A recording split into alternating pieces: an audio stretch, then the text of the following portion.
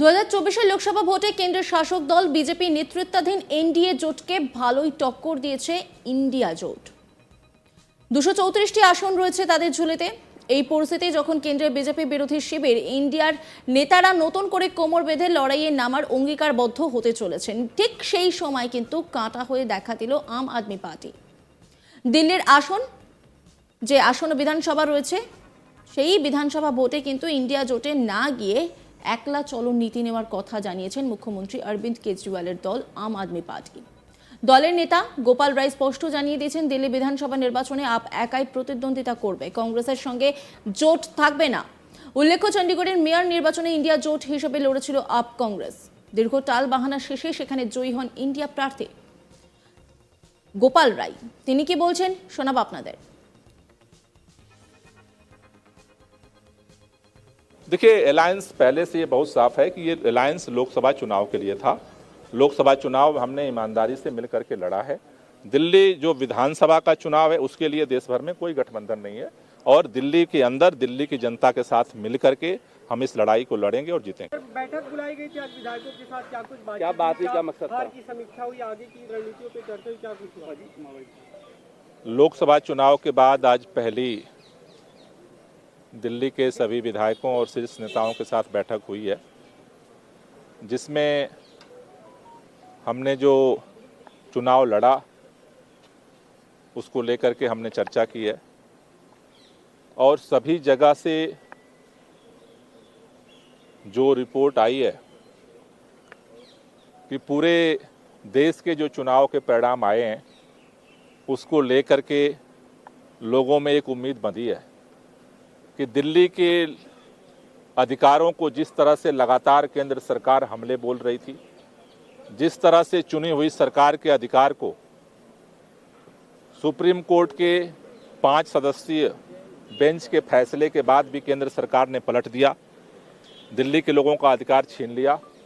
दिल्ली के चुने हुए मुख्यमंत्री को, उप मुख्यमंत्री को, स्वास्थ्य मंत्री को उठा करके जेल में डाल दिया।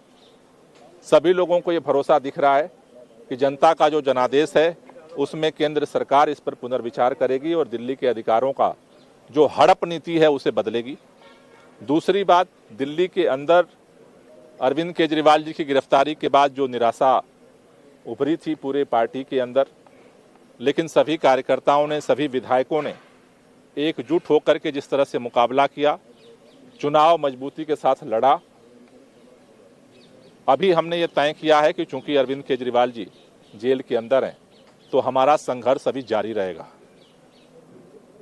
एक फैसला हमने जो अहम किया है कि पिछले लोकसभा चुनाव की वजह से दिल्ली में भी और पूरे देश में आचार संहिता लागू थी, उसकी वजह से पिछले 2 महीने से दिल्ली में डेवलपमेंट काम ठप थे।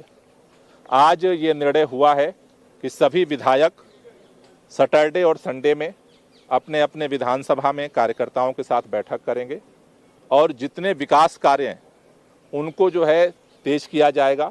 सभी विधायक जनता के बीच में रहेंगे और तेजी के साथ विकास कार्य को आगे बढ़ाएंगे। 13 जून को पूरे प्रदेश के कार्यकर्ताओं का बैठक करने का आज विधायकों के साथ निर्णय हुआ है। तो जैसे आज हमने विधायकों के साथ बैठक की है, परसों सभी पार्षदों की मीटिंग हम कर रहे हैं और 13 जून को प्रदेश कार्यकर्ताओं के साथ बैठक करेंगे और पूरी दिल्ली मिल करके जिस तरह से इस तानाशाही के खिलाफ लड़ रही है, जब तक अरविंद केजरीवाल जेल में है हमारा ये लड़ाई जारी रहेगी और इस लड़ाई को और मजबूती के साथ हम लेकर के जाएंगे। एक तरफ हम इस तानाशाही के खिलाफ लड़ेंगे और दूसरी तरफ आचार संहिता के बाद विकास कार्य जो रुके थे उसको हम तेज करेंगे। প্রসঙ্গত সদ্য সমাপ্ত লোকসভা ভোটে 234টি আসন গিয়েছে ইন্ডিয়া জোটের পক্ষে।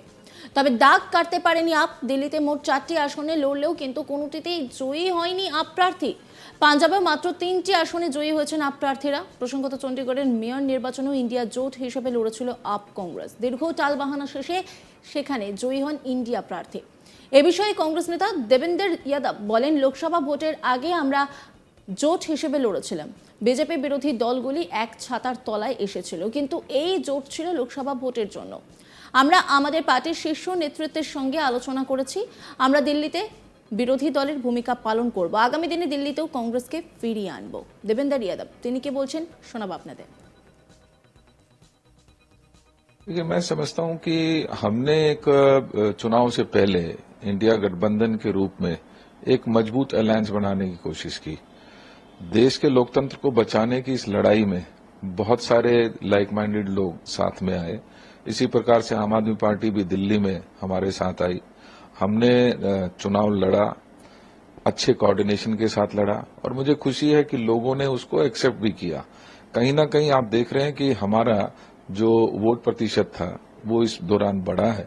लेकिन मैं स्पष्ट करना चाहता हूं कि जो हमारा अलायंस था वो लोकसभा के लिए था और हम लगातार ये कहते आए हैं कि ये हमारा अलायंस रहेगा वो लोकसभा तक हमारा सीमित था। हम कल भी हमने चर्चा की है अपने सीनियर्स से, अगले 2 दिन भी हम लगातार साथियों से संपर्क में हैं। क्या कमियां हमारी रह गई, किस वजह से आज भी हम सीट में उसको कन्वर्ट नहीं कर पाए, उन सभी चीजों पर चर्चा चल रही है और मुझे विश्वास है कि जो कमियां होंगी हम उनको सुधार कर एक मजबूत विपक्ष की भूमिका निभाते हुए दिल्ली में भी अपना कांग्रेस को वापस लाने का काम। 2024 লোকসভা ভোটে কেন্দ্রের শাসক দল বিজেপি নেতৃত্বাধীন এনডিএ জোটকে ভালোই টক্কর দিয়েছে ইন্ডিয়া জোট। 234টি আসন রয়েছে তাদের ঝুলিতে। এই পরিস্থিতি যখন কেন্দ্রের বিজেপি বিরোধী শিবির ইন্ডিয়ার নেতারা নতুন করে কোমর বেঁধে লড়াইয়ে নামার অঙ্গীকারবদ্ধ হতে চলেছেন, ঠিক সেই সময় কিন্তু কাঁটা হয়ে দেখা দিল আম আদমি পার্টি। দিল্লির আসন্ন বিধানসভা ভোটে কিন্তু ইন্ডিয়া জোটে না গিয়ে একলা চলো নীতি নেওয়ার কথা জানিয়েছেন মুখ্যমন্ত্রী অরবিন্দ কেজরিওয়ালের দল আম আদমি পার্টি। দলের নেতা গোপাল রায় স্পষ্ট জানিয়ে দিয়েছেন, তিনি কি বলছেন শোনাব আপনাদের। ने इसको सकारात्मक रूप से रेखांकित किया है और मैं देखिए अलायंस पहले से ये बहुत साफ है कि ये अलायंस लोकसभा चुनाव के लिए था।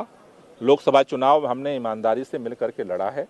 दिल्ली जो विधानसभा का चुनाव है उसके लिए देश भर में कोई गठबंधन नहीं है और दिल्ली के अंदर दिल्ली की जनता के साथ मिलकर के हम इस लड़ाई को लड़ेंगे और जीतेंगे। बैठक बुलाई गई थी आज विधायकों के साथ, क्या कुछ क्या बात हुई, क्या मकसद था? की समीक्षा हुई, आगे की रणनीतियों पे चर्चा हुई, क्या कुछ हुआ?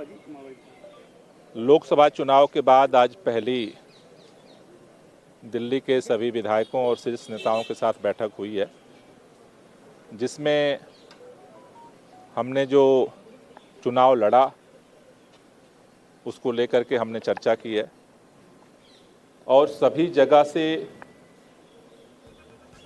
जो रिपोर्ट आई है कि पूरे নজর রাখুন আজ তাক বাংলার ইউটিউব স্ট্রিমিংয়ে।